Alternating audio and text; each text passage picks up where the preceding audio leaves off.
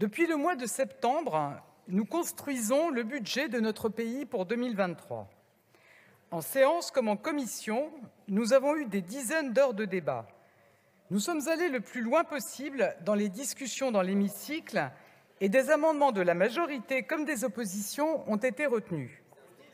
Le texte que je vous présente est similaire à celui qui a été adopté mardi, mais il a été enrichi et amélioré par rapport à sa version initiale.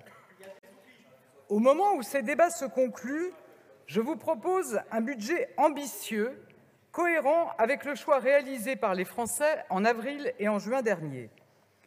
C'est un budget qui honore les engagements que nous avons pris devant eux. Pas de hausse d'impôts, des réponses d'urgence pour le pouvoir d'achat, des moyens pour le plein emploi, pour la transition écologique, pour l'égalité des chances, pour notre souveraineté. Je vous propose un budget fait d'avancées concrètes pour nos concitoyens, pour beaucoup issus d'un travail parlementaire au-delà des clivages.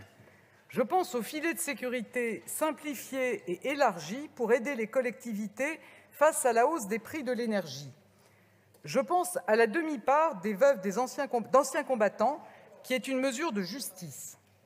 Je pense à la revalorisation du salaire des AESH, à l'augmentation des moyens des SDIS, à la hausse de la dotation biodiversité. La liste est encore longue des avancées réalisées tout au long des débats. Alors que nous serons demain au terme du délai constitutionnel pour l'examen de ce PLF, alors que le temps de débat a été contraint par la multiplication des motions de censure, nous devons avancer, nous devons prendre nos responsabilités.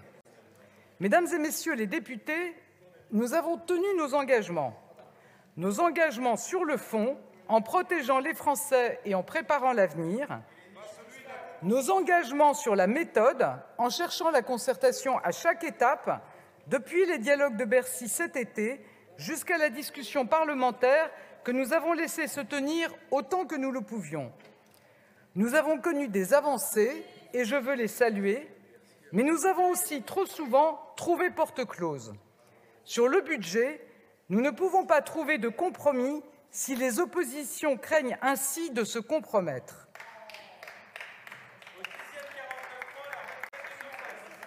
La France a besoin d'un budget au 1er janvier 2023 et le temps presse désormais.